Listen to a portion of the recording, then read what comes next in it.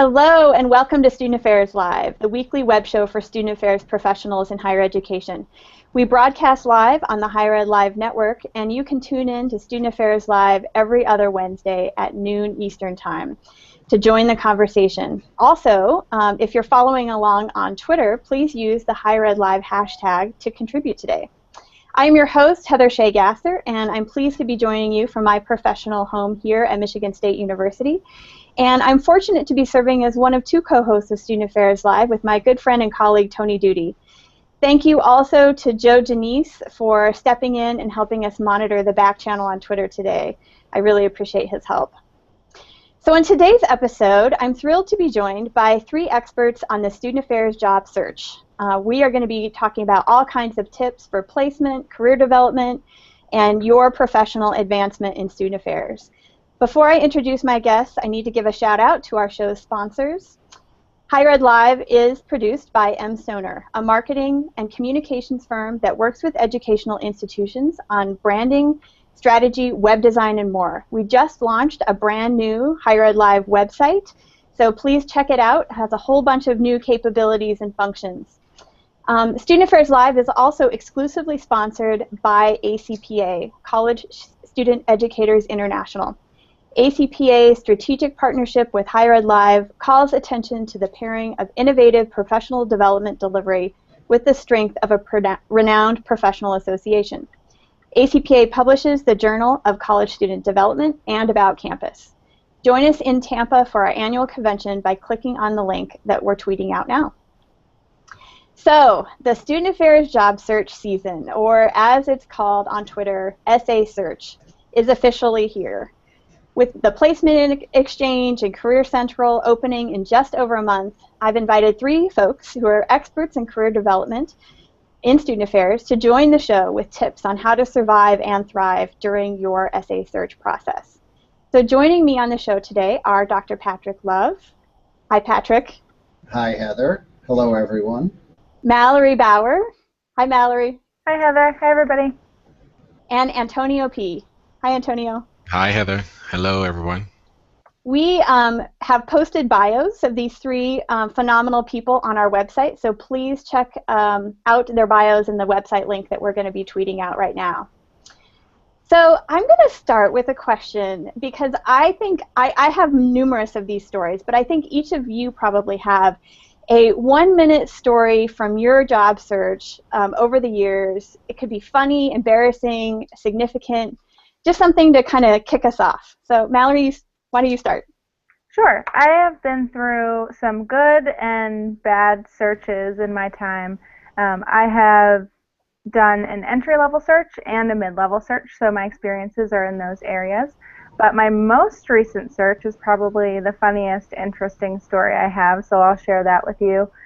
I was in a dual search with my partner. We're a higher ed couple. He works in athletics and I work in career services, so we were very strategic about the positions that we were applying for.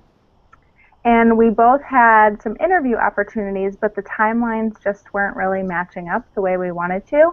And we tried to negotiate that process a little bit, and it just wasn't going to pan out.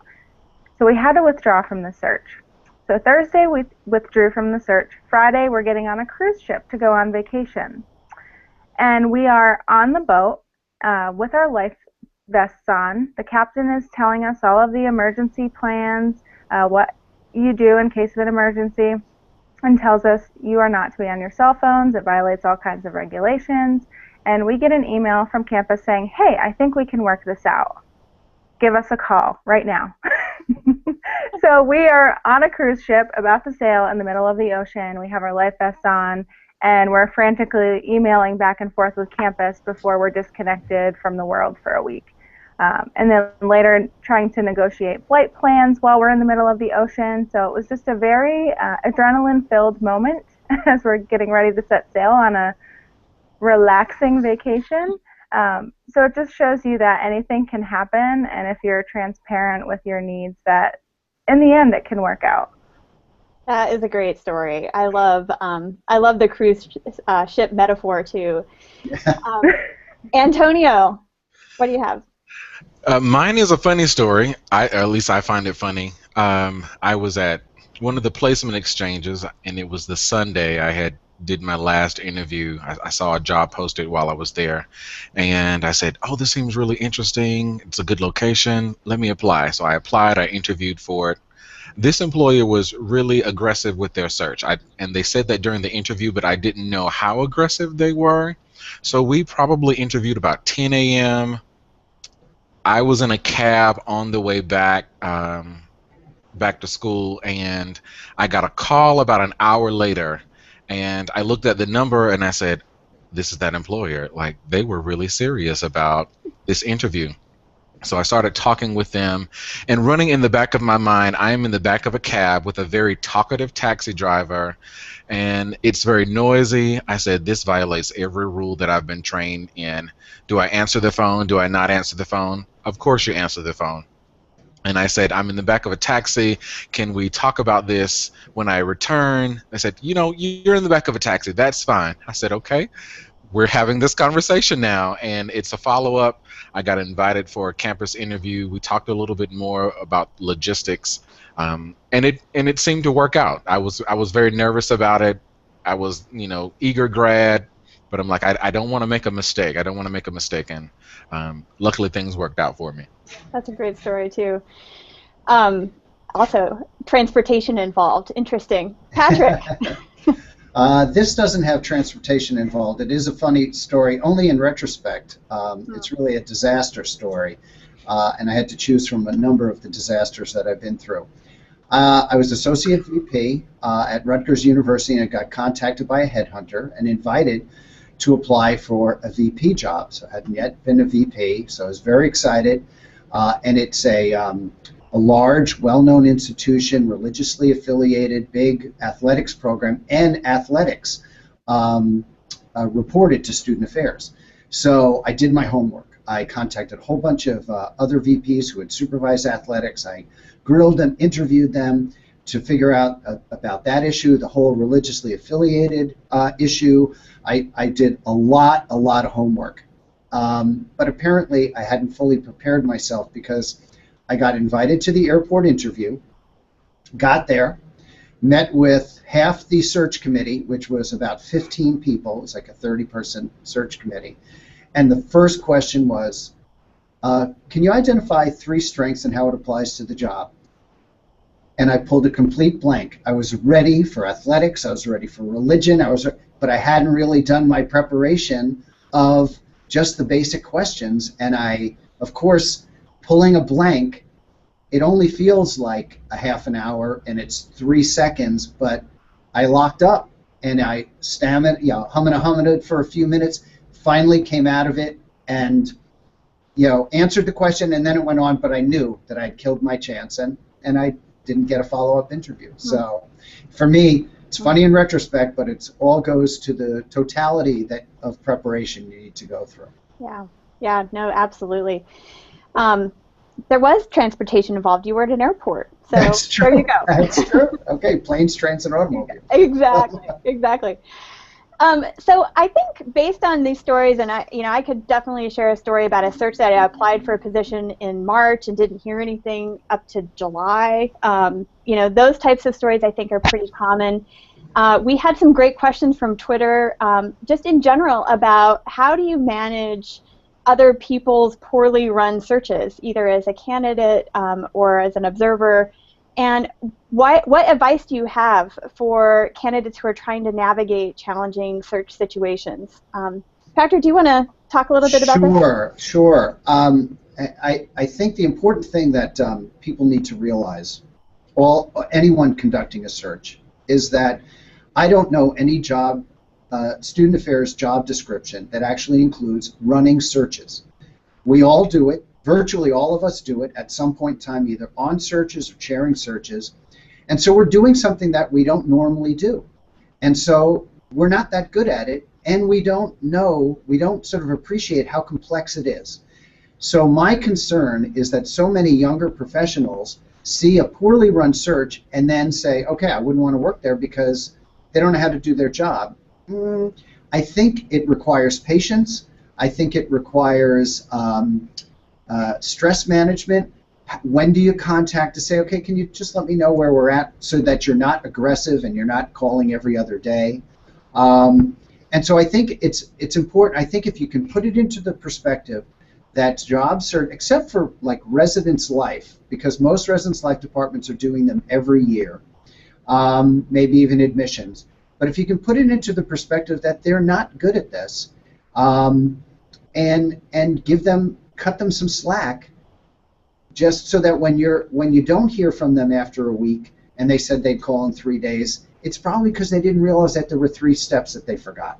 So that would be my advice to people. That's great advice. What about unethical situations that come up in searches? Either questions that are not supposed to be asked, or how would you manage that, Patrick? That's tough, because I've been asked illegal questions. I try to, if it's an illegal question that I have no problem answering because it doesn't really affect me, okay, I'll answer it. I have had a situation, in fact, a previous job that and I got the offer, I came in, and that was one of the first conversations that I had with my supervisor, because he had asked me a couple of illegal questions. And I said, we need to make sure that people, throughout this unit recognize that we can't, because if I hadn't gotten the job, and if I was of the mindset, I could have made a complaint, contacted HR. And so I think it's a balancing act.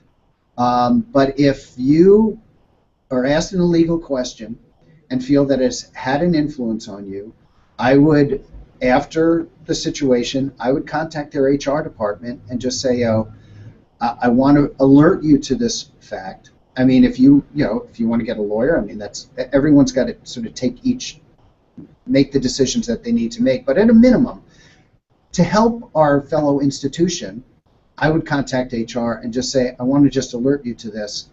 It could have an impact. It might have had an impact on me. I don't know.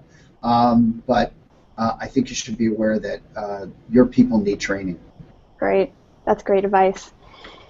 So in my intro, I mentioned that we were going to be, starting conference season here really soon, and I wanted to just put out there, what advice do you have for folks who are going to be going to conferences, to prepare for the interview, to prepare for, like, mentally and logistically for the job search process? Antonio, do you want to start, and then we'll go through the rest of you? Yeah, it's a process. I like to say it's a job looking for a job, and you need to really begin to prepare yourself. So a couple of very practical things that I think that will help any individual who's going to a placement exchange or just preparing for your own personal search is, reviewing your resume, getting your resume reviewed several times. You'll get advice from many different individuals about how to prepare your resume, but know that at the end of the day, you're responsible for how you represent yourself. I think going to the placement exchange with several copies of your resume on hand, employers may or may not necessarily have your particular file right there with them. They may have reviewed the files previously with their team, and you providing them a fresh copy, especially if you've updated your resume since you submitted it online, that may be helpful as well. Get plenty of rest. Going to a placement exchange is really not about you going to enjoy the city. It's about you going to get a job. So, New Orleans, Tampa are great places, and I know Oshkosh, there are other places that are having exchanges. You're going to get a job, and so be very mindful of that from the time you leave your home until the time that you return, that you're on. And anyone that you can, you will meet people on the plane. They will be in plain clothes, and they will be employers. I know I was sitting in the Minneapolis airport, and an individual, I didn't have on any Spartan gear, an individual was interested in applying to our institution. And through conversation, the next thing I know, there was a job a resume in my hand. Just be mindful of some of those things. Yeah, I think back about when I went to Career Central or ACPA's placement back in 1999. I think it was at DC, and I don't think I stepped out of the hotel but one time, because even though it was in a really cool city, that is your job. Mallory or Patrick, either any advice that you have about what you should be doing on site, during that last kind of preparation stages to best network and present yourself? Sure. I think Antonio has a lot of great tips for that. If you're staying for the conference after the placement exchange, that's a great opportunity to show off the skills that you have and show off kind of your demeanor and kind of your personality. So find out ahead of time opportunities to volunteer at the conference. It's a great way to network with some of the employers you may have had interviews with during the placement exchange, and then also approaching presenters after their sessions and networking with them, talking to people who are outside of your entourage. So if you went to the conference with your fellow grad students or your office, you want to break out of that box. So you want to find a way that you can have conversations with people, but in a meaningful way. Not just, here's my business card, here's my resume, I really want to work in student affairs, yada, yada, yada. You want to find a meaningful way to connect, and it's hard to do that at a conference with thousands of people. It feels like it could just swallow you whole. So finding those volunteer opportunities, finding a way to contribute at the convention will really set you apart from others. I want to pick up on what Mallory said about volunteering. In addition to the conference, I would encourage first-year students to get to the conventions and conferences and volunteer at the placement exchange, Career Central, wherever it is, to get a sense of what the atmosphere is like, because it is this busy hub, this hive of activity that you're trying to figure out, and best to understand it from a volunteer perspective, because you'll go through it in the future. If you can't afford to go there, one of the things that I did as a grad faculty member was I would take my classes through a visualization exercise. I'd have them close their eyes and basically sort of describe, the sound, describe the activity, to try to have them go through it. And people had had some experience sharing that. Apart from that, if you can get people to describe what it is so that you have a sense of what you will be entering, because it is a confusing place that you have to try to figure out. So volunteering, doing a visualization exercise, and recognizing that there are different experiences. When you're there searching, I often differentiate. There's typically two types of search experiences. There's residence life and everything else. So your residence life colleagues will come in and go, oh my God, I had 14 interviews, and you're looking for an orientation or an academic advising position, and you've got 2 interviews and you're feeling, I'm behind, oh my goodness. So you need to recognize that residence life people will be much busier than virtually everybody else. And then finally, no one is offered a job at the convention or conference. It's to get to the on-campus. And so it is not a make or break kind of thing. It is important, but as you look around, it's not like, oh my goodness, if I don't have a job when I'm leaving, well, no one has a job when they're leaving. So it's an important part of the process, but it is not the entirety of the process. Those are great tips. So I think we all have heard stories about people who make a name for themselves by doing something negative at conference or convention. What are some positive ways that we can become a person who people will recognize? So how do you show up in the crowd? How do you make yourself distinctive? Mallory, do you have some thoughts on this? I think first impressions really count here, and I know that there's a lot of conversation around professional dress and what should I wear, and is that really that important? But I think you want to think in terms of first impressions. You'll be meeting a lot of these people for the first time, and you don't want to stand out in a negative way.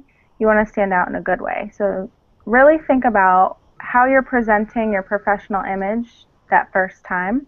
It's not all about dress. A lot of it's about demeanor too.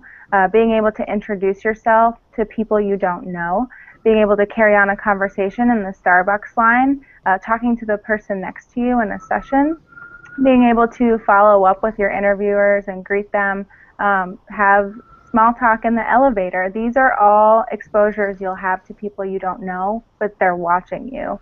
And you'll feel like you're in a fishbowl, and we throw around that term a lot, but it's true. They're watching you, and they're looking for ways that you stand out from the pack. And a lot of that is breaking free from that entourage I mentioned before and trying to meet new people and see what you can be doing to get forward in that process. I absolutely agree with Mallory. I still remember, it was about 150 years ago, but coming up, I'm in placement, I'm interviewing, I come out to the waiting area, and there are 4 women sitting in the front row, all wearing the exact same outfit. And if just think about it, if it was anywhere else on the face of the earth and 4 people showing up in the same outfit, they'd be like, oh my God, this is so awkward, but not there, because they were trying hard not to stand out. And so the important thing is, as Mallory said, to distinguish yourself. So, with dress a little bit, I mean, what's not the uniform, but what's still appropriate? One suggestion that I would have is, especially when you're meeting someone at an interview face-to-face, because anybody who's done these interviews, at the end of the day, you're like, oh my God, they all blended together. So one suggestion that I've just started, I haven't done it myself, but I would think like a one-page infographic. They already have your resume. So what can I do that would sort of tell a little bit more about me? And so working with somebody who's good at design and graphic and putting together a one-page colorful infographic about who you are, what you contribute, could be something that, in addition, they walk away. In addition to the resume, they have this. It makes you become that person. Can you see this? They start sharing it with people and stuff. So it's those things. What can you do that's appropriate, but that would distinguish you and advance your candidacy? So I don't have all the answers, but I'm sure there's creativity out there that you can do it within the realm of professionalism. I think that idea about an infographic is fabulous. Actually, there's several online infographic creators. I just created one department, and it was really easy to put it together without a lot of graphic design skills. Hire Paul Gordon Brown. He'll do it. I love his infographics. Shout out to Paul Brown on the show. So I want to move on to the next question, which has to do with job searching at various stages in our career. It's going to look different at the entry-level stage than it might at mid-level, and then certainly at senior level. I'm going to each of you take one. This isn't to indicate you're the expert on each of these areas, but to just kind of even it out. What tips might you have to offer folks at each stage? So Mallory, do you want to talk to the entry-level piece? Sure. I think the first thing to know that's really important is that advice is extremely subjective, and so is the job search. Mm-hmm. Everyone has their own personal preferences, including employers and including the candidates. What you think looks like a good resume may not be appealing to the employer, so it's a lot of guesswork. But there are no real absolutes in this process, and you need to come to grips with that a little bit. So make the best judgments you can based on what your needs are and where you want to be. Another piece of advice I would give is that the job search is futuristic. So everything you put together during your job search process, your documents and your interviews, it shouldn't be a past-focused process. So don't focus on what you've done in the past so much, but how that connects to your future and what that looks like. So I see a lot of resumes and cover letters that are not tailored to jobs. You can tell that pretty quickly when you're an employer. And my number one piece of advice, if you don't take anything else, is to make sure you personalize your materials and make them futuristic. The employer needs to see you as the candidate in their office, in their workplace, solving problems and helping students. If you can't achieve that on your resume or in an interview, you're not going to do well. So at bare minimum, if you can personalize and focus on future, you'll be good to go. Those are great tips. Thanks. Antonio, do you want to talk a little bit about mid-year job searching? I think these searches need to be a little more intentional than the ones that you did for an entry-level search. And so there's a couple of pieces that I did when I went through my mid-level search. And For me, there were 4 pieces that I started to consider that I consider these around your value set, and one is a location, job satisfaction, its salary, and quality of life. I think these pair up with some of the pieces. I saw a video that Patrick did when he talked about job type and geography, and I think my pieces that kind of line up with those as well. But you really need to be very intentional about where you're looking. Uh, you will probably be at this institution maybe from 3 to 5, maybe 7 years, depending on your particular desire. But you need to make sure that your values and the institutional values align with each other, and that you can see yourself advancing the goals of the institution. I like what Mallory talked about when she talked about, futuristically. What have you done to prove that you're that leader, that middle manager leader who can help achieve the goals and objectives of that organization? Um, those are pieces that I think a lot of employers are really looking for. How can you show also that you can take a vision that may not necessarily be your own and implement that into strategic day-to-day actions that help the organization function? Those are some of the pieces that I consider, but I think really at this level, it's really about intentionality. And I know everything that we do is intentional. Sometimes it's not. Sometimes you may just be trying to get out of a situation. But be intentional about that job search. Be intentional about what you're looking for, and make sure that your values and the institutional values, the values of that organization, the department, are in line with what you're doing. I think that plays a lot into your satisfaction and your overall ability to help not only that organization but that institution progress. Patrick, senior level job search tips. I'd have 2. One is, obviously, if you're at a senior level, you've been successful in terms of conducting job searches, and I think that could blind you to improvement. And so the question then becomes, how can you challenge yourself to be open? Because you're in a position often that people will not easily give you critical feedback.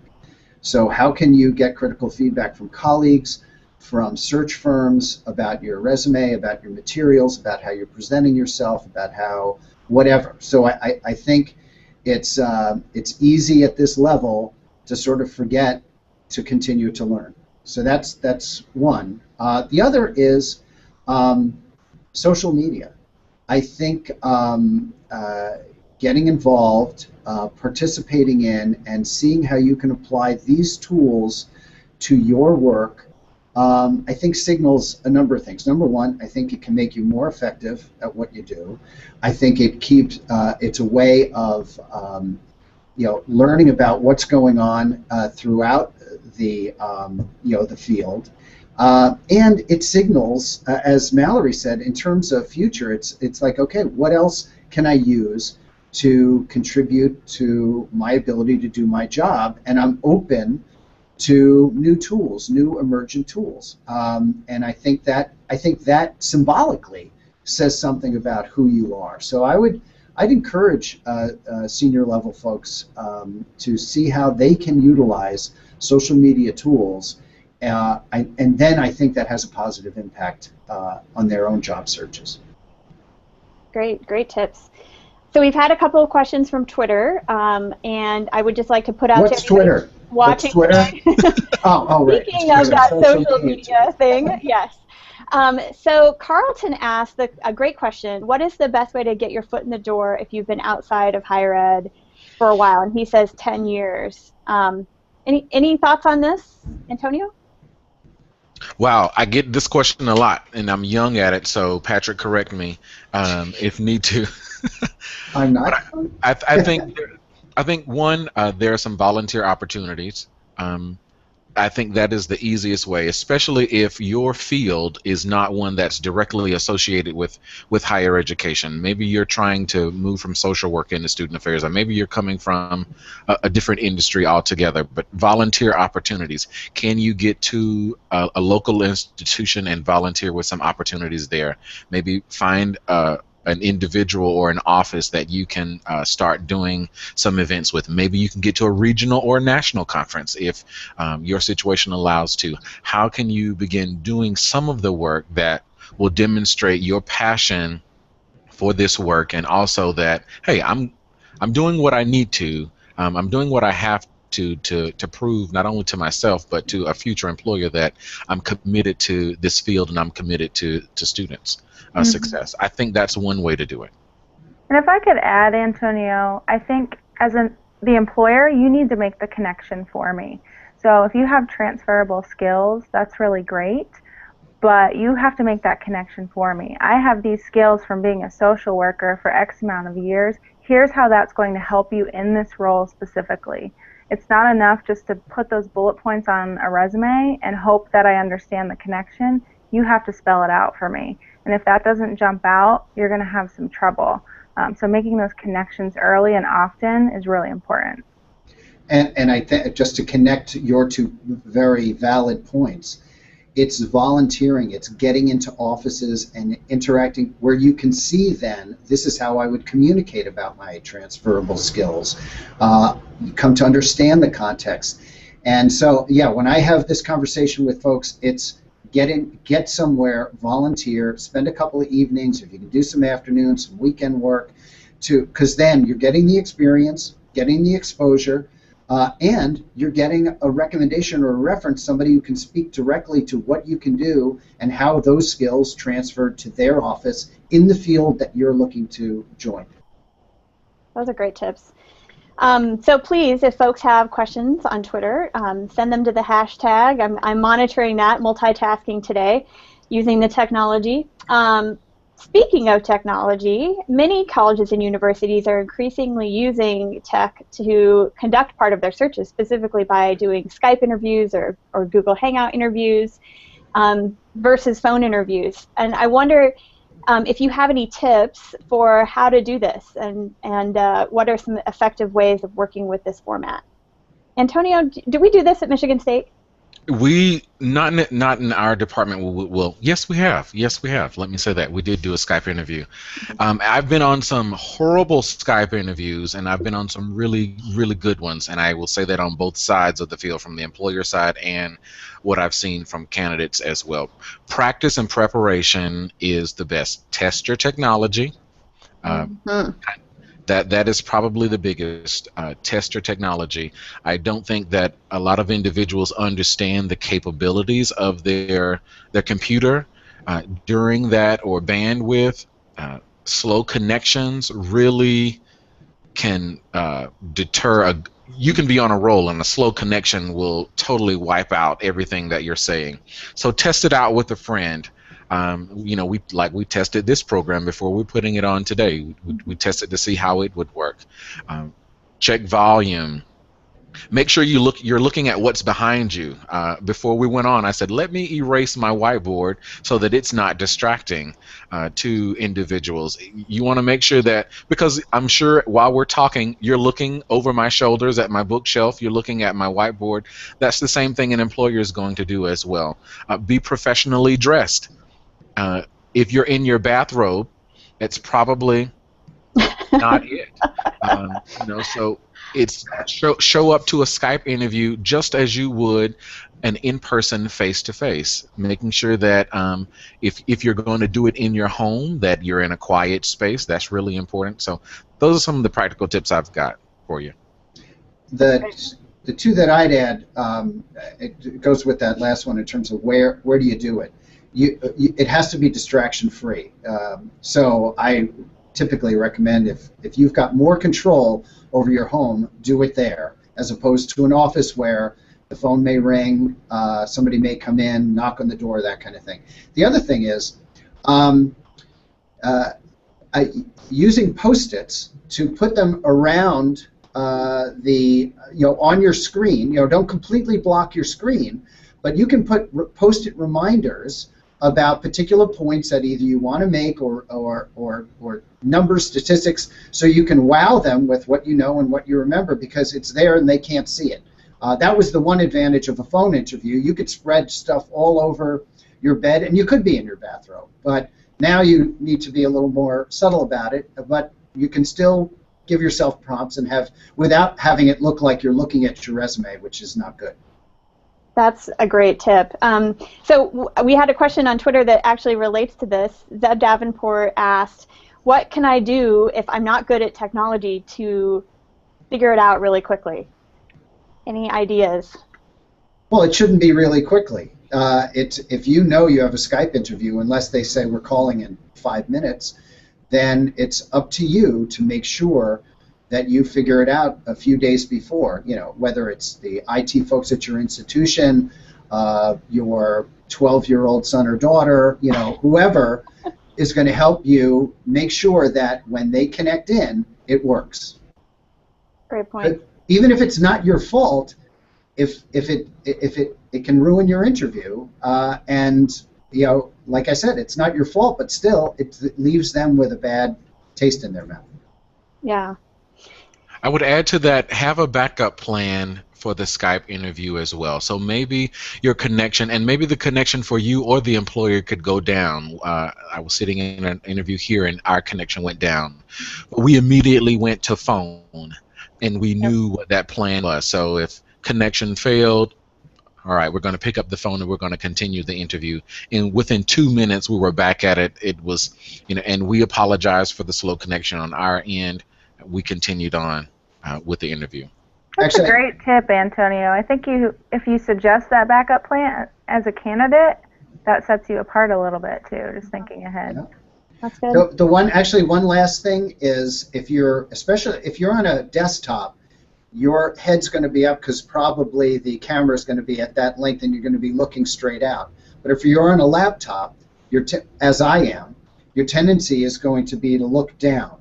And that's not, it's better to see looking straight into the camera.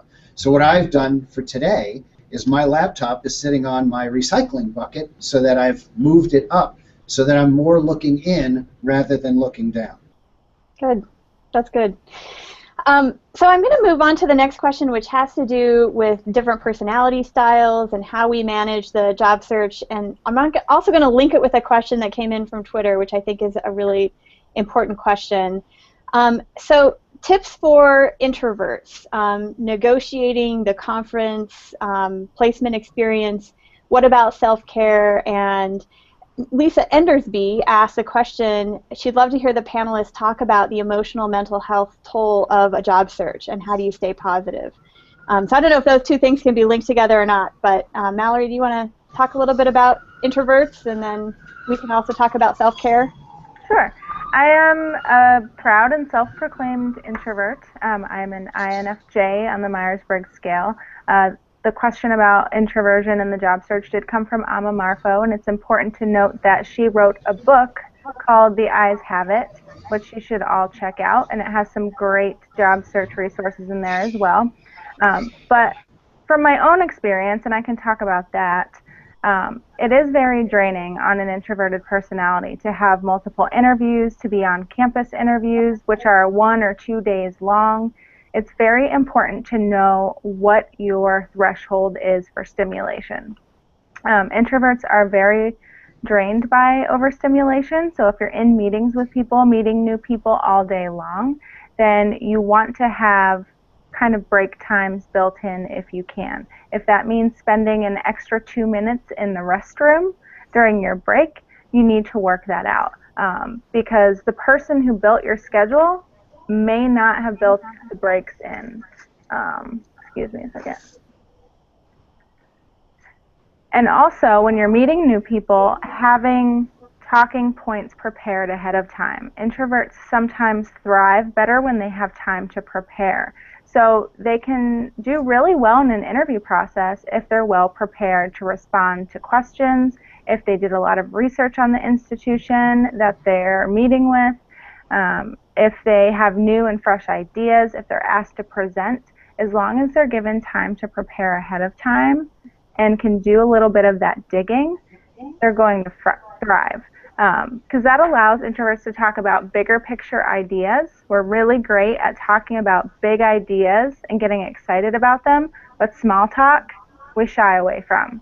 So if you come right in and say, I'm really excited about this initiative that you have, and here are my ideas, and here's how I fit into that, introverts are really good at that most times. But finding your time to recharge and rest is going to be very important. If you're like me, you can run yourself into the ground because you're go, go, go, and you're very excited about what you're talking about and who you're meeting with. but then you realize that your tank is empty. So you want to think about those breaks ahead of time. That's a great point. I'd just add being encouraging folks who are obviously they're self-aware in terms of their energy level and the impact of stimulation. Especially if it's a multiple day interview, the tendency is if it's a good host, they're going to suggest dinner and then maybe something after dinner and stuff. So I think it's important to be assertive there. It's important to be cognizant that someone may need some downtime and really just some recoup time.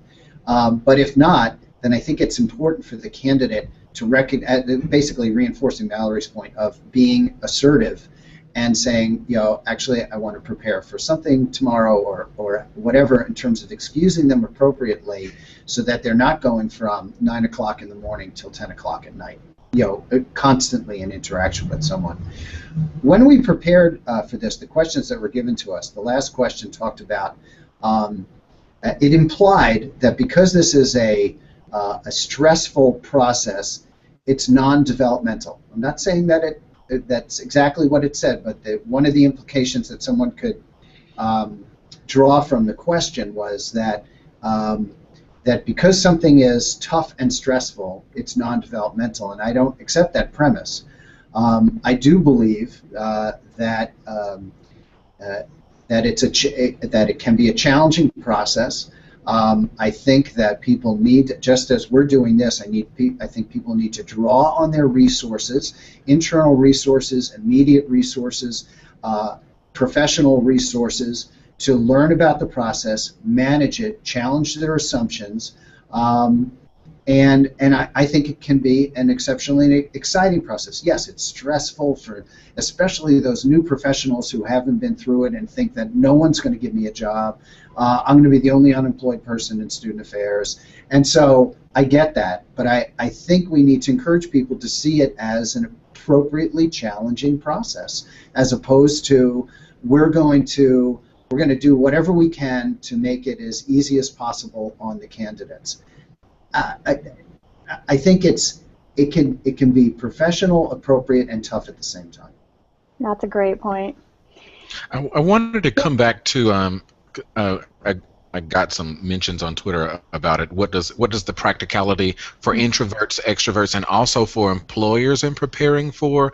If maybe you're a first-time employer going to a placement exchange, it's very stressful for employers too, especially if you're not going with a large team. And so designing a schedule that works with you as an individual. So maybe you're an introvert, and that means you've got a 9 a.m. interview. Maybe you take and that's a 30-minute interview. Maybe you take 9:30 to 10:30, regroup, try again at 10 o'clock, and maybe some steps that way. If you're an employer, and maybe it's just you and another individual from your office, or you scheduling your break. So maybe you go for 2.5 hours and you take a 30-minute break. That will help everyone recharge and stay fresh during that time. So those are some practical steps about how do you do some of that self-care while you're in such large environments. And I love what Mallory said. I found a corner. I'm an extrovert. I thrive off of people, but there was one point when I'm like, I had enough and I'm done. And you got to know that breaking point. I found a corner, turned on my music, 30 minutes during my break, and I'm there, and then I'm ready to go back at it again. So those are some of the practical steps. This is great. So I want to talk a little bit about digital presence online. And is there a value to having a digital identity or brand, using various websites like LinkedIn, etc.? And I'm curious, Patrick, as an employer, have you ever Googled a candidate? Yes, I have. What are your thoughts on digital brand identity, all of that? Well, I think, I guess my thought is that anybody should be Googling themselves first and seeing what's out there. You know, I don't do it to. I mean, I Google a lot of people because I'm trying to understand who they are and I'm trying to get to know them, and you know, and if something comes up that's bizarre or inappropriate or unprofessional, I'm influenced, as a human being. And so I think that people should Google themselves and, in essence, try to address any of the poor choices that were made in the past. So that you don't have to worry about it. Yeah, good point. Okay, I'm going to try something new on the show today, and we're going to do a speed round. I have 10 questions. We're going to go through quickly, short responses. So hopefully this will help kind of get some of the basic ideas out of the way. So is everybody ready? Let's go. All right. How many pages should a resume be for an entry-level professional? Patrick. As many as it needs to be. Antonio. I will defer to Patrick. A few seconds. Okay.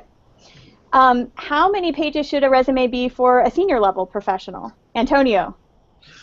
I've seen long ones, so I've seen 15 to 20 page plus. Yeah. Mallory. As long as it needs to be. Patrick. Same answer. Same answer. Okay. What is the most annoying buzzword on a resume? Mallory. Innovative. Patrick.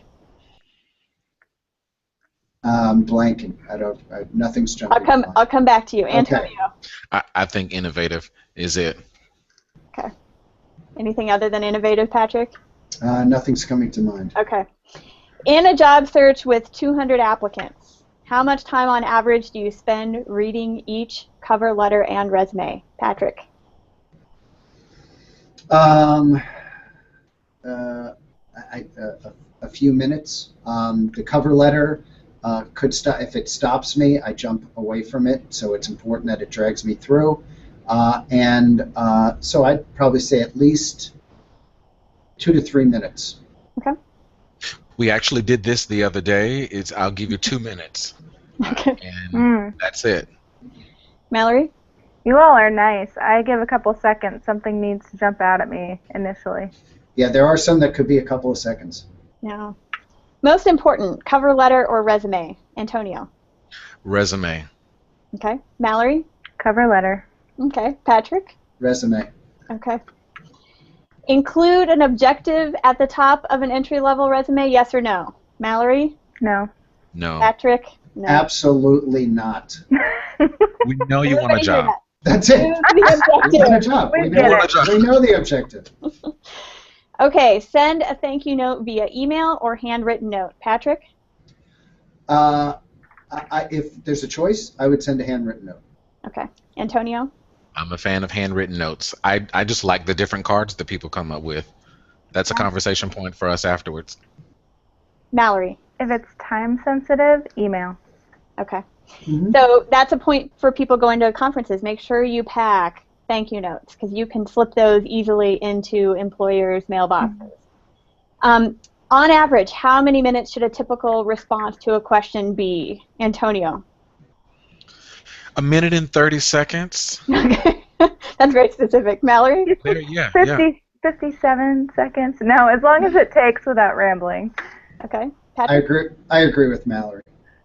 Yeah, or being repetitive, right? Saying the same thing over and over.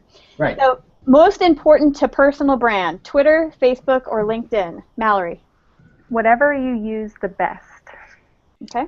Patrick? Agreed. I agree.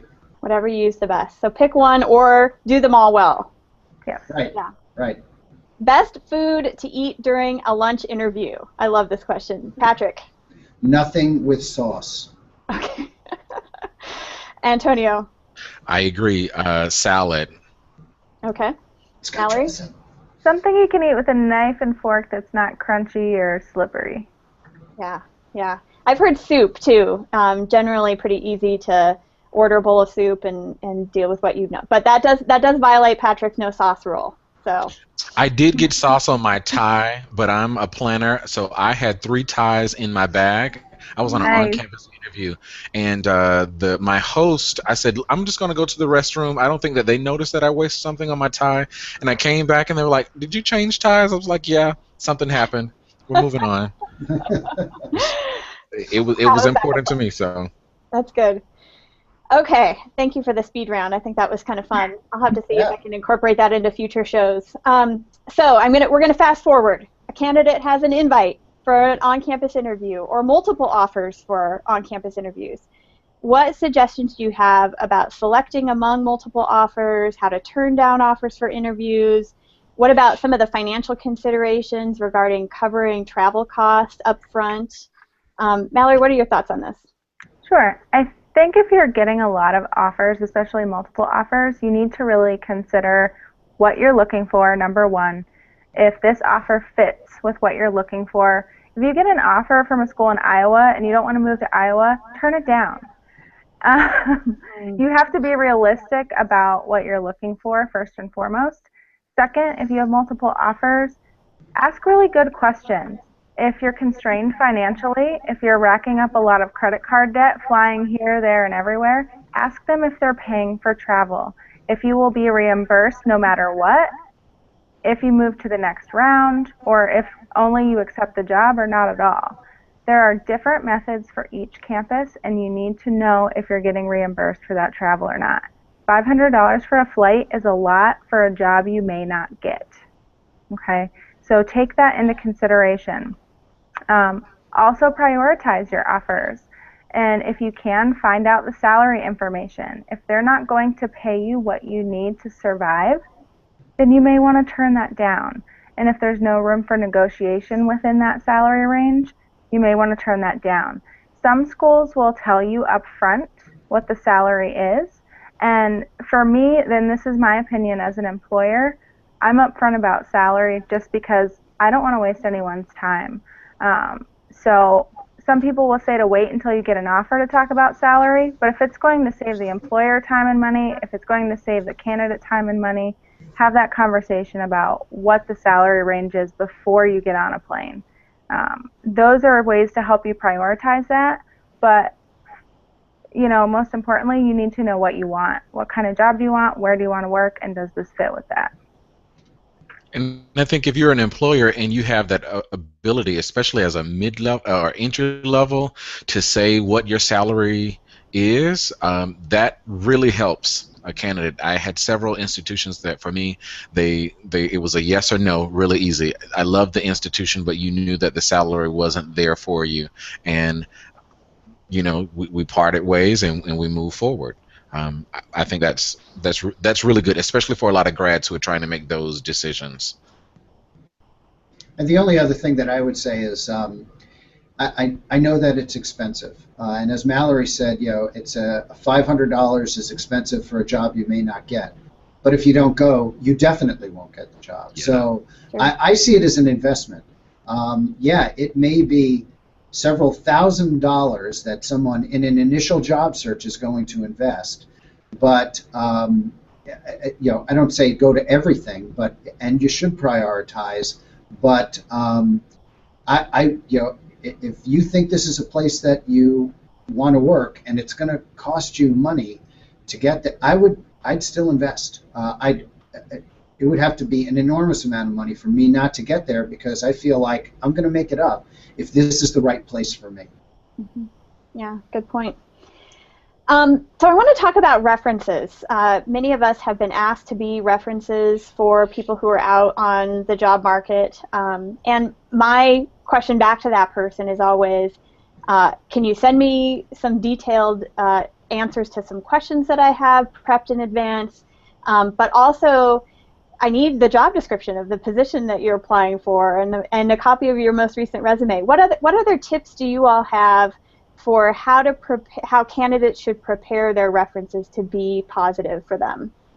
Antonio? Yeah, I will echo some of the pieces that you were just saying. There's a few with my references. When I job searched, I had a conversation with them. Unless I've been talking with them every day, one of my references I talk to every day, so they know my strengths and weaknesses. And that is an important conversation to have about your strengths and weaknesses and how do you present those in the most positive light. It's Also, talking through fit.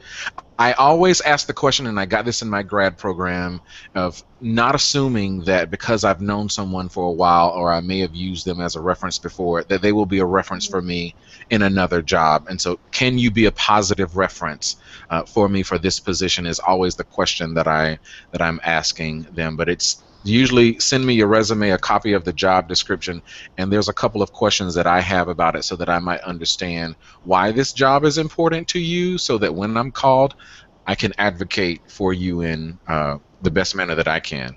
Mm-hmm. Yeah, I tell my students and staff, never ask someone for a reference. Always ask if you can be a strong, positive reference, because anyone can be a reference. It could be weak, it could be damned with faint praise. You want to make sure that the person is in your corner. And then, Heather, you sort of touched on it.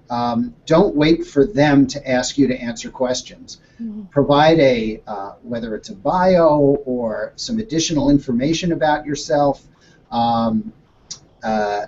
Obviously the resume, obviously the job description. You want to provide them enough information so that they can speak to your strengths as they relate to the job, and to write a letter of good substance, not just, I really like Heather, she seems to do a nice job, she comes to work.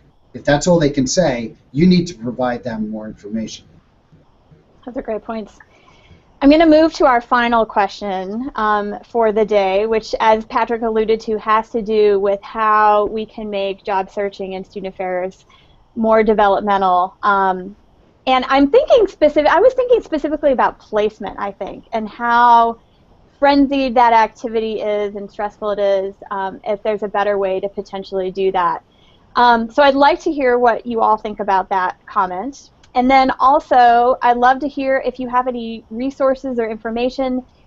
Patrick, as of, 2 days ago, just released his self-published book, which we're going to tweet out a link, called Job Searching in Student Affairs, Strategies to Land the Position You Want. So please talk a little bit more about that, Patrick, as well, and then any other resources you all have. So Mallory, do you want to start us off with a final thought? Sure. Placement can be very overwhelming for everyone, as we've talked about today. I think to make it more developmental for candidates is in the prep work. So when Patrick was talking about doing that simulation of placement and doing kind of that walkthrough so people know what to expect, I think that's really important. If you're working with students or grad students going through placement, or entry-level or mid-level professionals going through placement, to kind of coach them through that process and encourage them to volunteer while they're there. I don't have a lot of experience with placement myself, but in terms of the actual committee process that a lot of us adopt on campuses is really training your search committees to do a good job with keeping in touch with candidates, providing feedback if you're able. Some HR offices don't allow you to give feedback.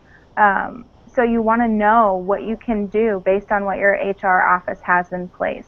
Knowing what questions are off limits and could be intent to discriminate if you ask them. Just being good communicators in the process. If you hit a snag in the search, letting your applicants know that. And then the on-campus interview, not dragging it out so long, and having candidates demonstrate their skills while they're with you. Instead of asking them a series of interview questions, them answering questions well only shows you that they're good interviewers. It doesn't really show you that they can do the job.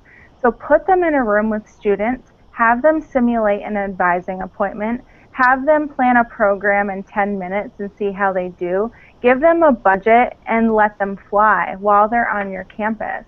Have students and other staff members evaluate them. Make it a simulation instead of a series of questions. And I think you'll get better candidates out of that process if you do that. Those are fantastic tips. Antonio? Yeah, I think I'm a fan of placements. I did some work with the placement exchange, and I loved working it. I loved going to it. I think it is the developmental process, and I go back to some of the comments that Patrick had there. It's an adventure, And so prepare yourself for that. I know a lot of grad programs prepare students for going to the placements, and maybe you're not on a campus where your grad program is preparing you. Can you ask some of the other professionals in your division, hey, I'm going, can you help prepare me? But also take advantage of a lot of the web materials that the placement exchanges are offering. They have webinars, they've got information on their website, they've got a lot of resources. After this, I'll tweet out, someone sent or posted in one of the Student Affairs Professionals group on Facebook a 43-page document of searching in student affairs. It's very extensive. I couldn't look through the whole entire thing, but I sent it on to our grads as well, and I know they've got a lot of preparation work too.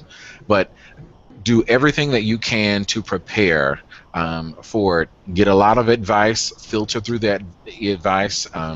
That's it. So I'm really a big fan of the placements, but take advantage of a lot of the prep work that they're offering, not only for candidates, but also for employers. So if it's your first time going and you're very nervous and you're not knowing what to expect, they've got they've got individuals who are working with them that you can pick up the phone and call, you can email back and forth and get a lot of your questions answered. Great tips. I'm going to go in a slightly different direction because I agree with what my colleague said.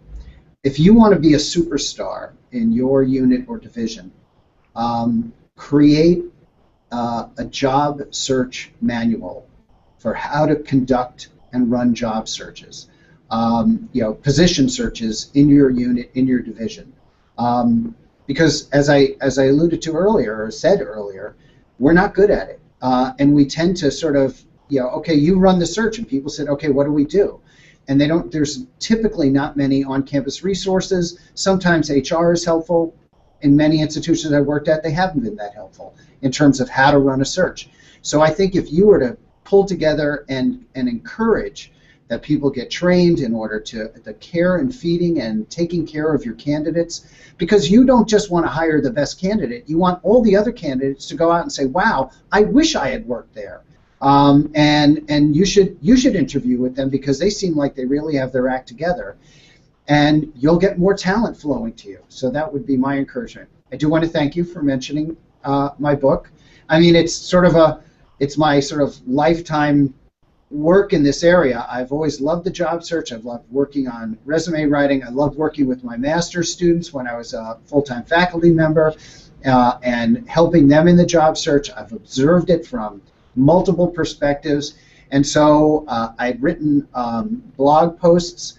I want to thank all the people who helped me put it together, and Liz Gross especially. She was inspirational, and Paul Gordon Brown, he's the one who suggested the sort of the way to go about doing this. So I encourage people to purchase multiple copies, but if folks have questions or want to why do I think a particular way?